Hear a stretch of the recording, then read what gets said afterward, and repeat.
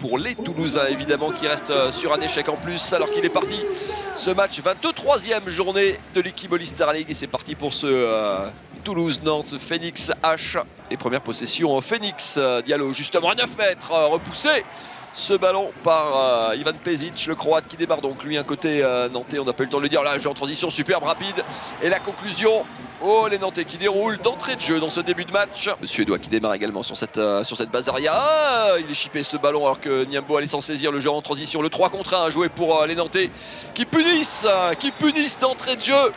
La balle perdue des Toulousains et 3-0 d'entrée. La petite gifle d'entrée après à peine 2 minutes de jeu. Le petit jeu à 3 pour le capitaine Valero Rivera. Ah, il faut marquer pour se rassurer un petit peu. Joli par-dessus la défense qui n'est pas montée là. On a mis les bras mais sans trop de conviction. Et ça passe par-dessus pour tromper du coup Pezic sur sa gauche. Lui qui avait anticipé évidemment à droite une première balle à l'aile. Dans le jeu pour Odriozola et la parade de Jeff Letens. Attention, c'est une balle de plus 4 d'entrée là. Le bon repli, mais dans le dos de la défense, et bien fait. Oh, Odriozola qui était venu dans le dos, mais qui ne conclut pas.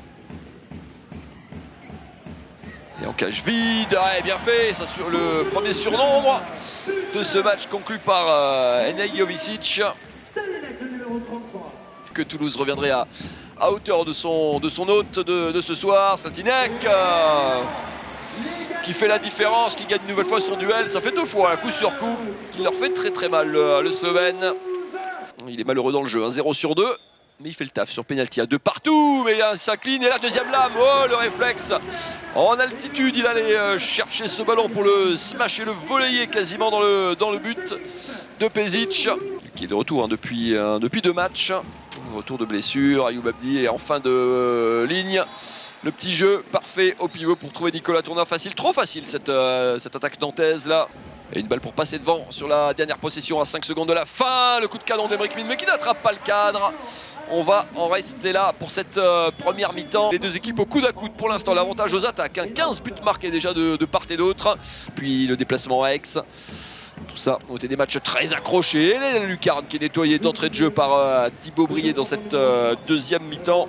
Sur son aile droite, mais c'est à peu près le seul ailier qui a été servi dans de bonnes conditions dans le jeu. Oh, le boulevard et la sanction.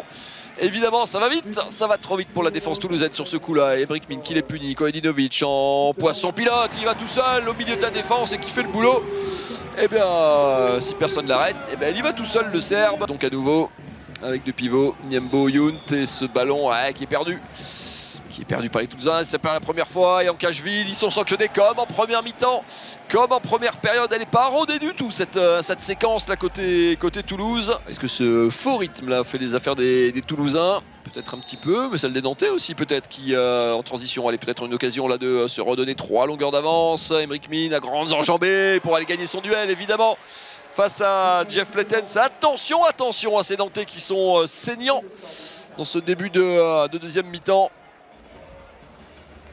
On n'a marqué que 3 petits buts côté Toulouse depuis le retour des vestiaires en 12 minutes. C'est peu, c'est faible évidemment. Emeric Min qui libère ce ballon jusqu'à l'aile, un peu d'angle et la parade de Jeff Letens, qu'elle fait du bien cette parade de Jeff Letens. Pidor aussi sur la gauche, cette fois-ci Slatinek qui arrive à droite et l'autre les jambes qui surprend avec un peu de réussite. Le malheureux Nacho Biosca, pas du tout du goût du banc nantais manifestement. Une nouvelle fois on a changé de gardien. Bakary Diallo, ce ballon est gratté par les Toulousains. Edouard Kempf à grandes enjambées qui s'en va battre le portier croate et égaliser une nouvelle fois. Alors on était à 7, on va repasser à 6. Il faut prendre un tir, les bras sont souvent levés mais la puissance est en fin de possession. On trouve des solutions à Erwin Feichtmann qu'on a très peu vu au tir depuis le début de cette partie qui place le Phoenix en tête 22-21 pour les Toulousains. Il va falloir trouver une solution. Slatinek, bien fait au pivot, super, et la parade. Oh, quelle est précieuse cette parade alors que le mouvement était parfait, quasiment parfait.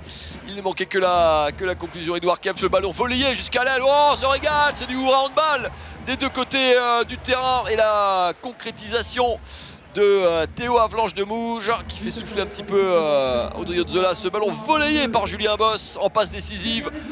Quelle régalade! On va laisser ce pénalty de Julien Boss qui replace les Nantais en tête. Allez, possession nantaise toujours. La lucarne nettoyée, Emeric Min qui, comme à chaque fois, prend ses responsabilités en fin de match. Il a fait tellement de bien à son équipe et ça fait +3. Avantage maximum pour la première fois depuis longtemps. qui fixe, Wojnarowicz, Niambo, bien servi pour une fois, il en a eu tellement peu des ballons de Gabriel Niambo, mais il ne rate pas l'offrande, il ne se rate pas. Il resterait 3 minutes derrière, tout était possible. Et derrière, et oui, mais une fois, mais pas deux, la sanction, évidemment la sanction.